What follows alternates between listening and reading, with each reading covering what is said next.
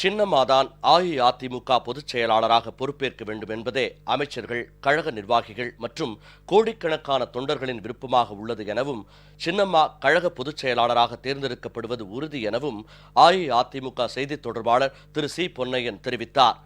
சின்னம்மாதான் மறைந்த மாண்புமிகு முதலமைச்சர் அம்மாவின் மனசாட்சி என்றும் அவர் திட்டவட்டமாக தெரிவித்துள்ளார்.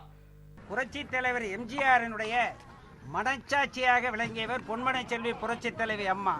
அதை போலவே புரட்சி தலைவி அம்மாவினுடைய மனச்சாட்சியாக திகழ்பவர், வாழ்ந்து வருபவர் அம்மாவினுடைய உடன்பிறவா சகோதரி.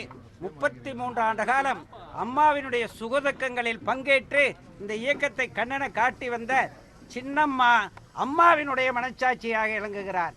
அதனால் சின்னம்மா தான் பொதுச் செயலாளர் என்று ஆட்டோமேட்டிக்காக, யுனானிமஸாக, ஏகமனதாக தேர்ந்தெடுக்கப்படுவார் என்பதிலே அச்சமே இல்லை, சந்தேகமில்லை. அம்மா அவர்களுடைய சம்மதம் வேண்டும் என்று கழகத்தினுடைய அனைத்து நிலையிலே உள்ள பொறுப்பாளர்கள், அமைச்சர்கள், தலைமை கழக பொறுப்பாளர்கள், மாவட்ட பொறுப்பாளர்கள், ஒன்றிய நகர பொறுப்பாளர்கள், 64,000 கிளைகளைச் சேர்ந்த அனைவரும் சின்னம்மாதான் இந்த இயக்கத்தை கட்டி காக்க வேண்டும் என்று தீர்மானம் போட்டு நிறைவேற்றியிருக்கிறார்கள். சின்னம்மாதான் பொதுச் செயலாளராக வருவார்.